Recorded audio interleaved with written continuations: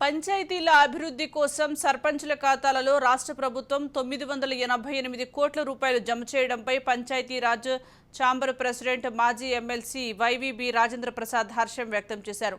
CM Chandrababu, deputy CM Pawan Kalyan, మంత్రి లోకేష్ కు chamber తరపున అభినందనలు తెలియజేశారు. జలజీవన్ కింద ఇంటింటికి కుళాయి పథకం, మరో 500 కోట్లను చంద్రబాబు, పవన్ కళ్యాణ్ విడుదల చేశారన్నారు.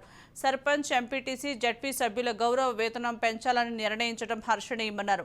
గత వైసీపీ ప్రభుత్వంలో పంచాయతీ నిధులు దారి మళ్లింపుపై ఎన్నో ఉద్యమాలు చేశామని వైవీబీ రాజేంద్ర ప్రసాద్ వెల్లడించారు.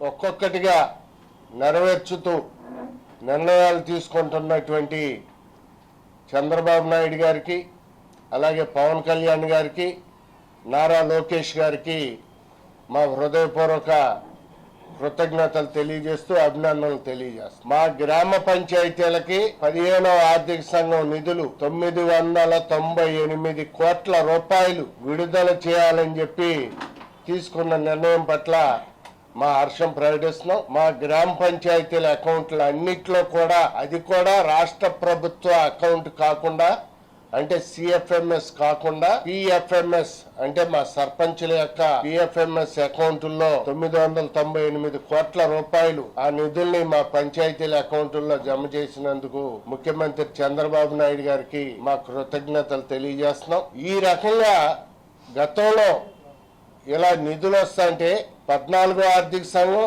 అలాగే 15వ ఆర్థిక సంఘం నిధులు సుమారు 10,600 కోట్ల రూపాయలు జగన్మోహన్ రెడ్డి గారు దారి మళ్లించి వాటిని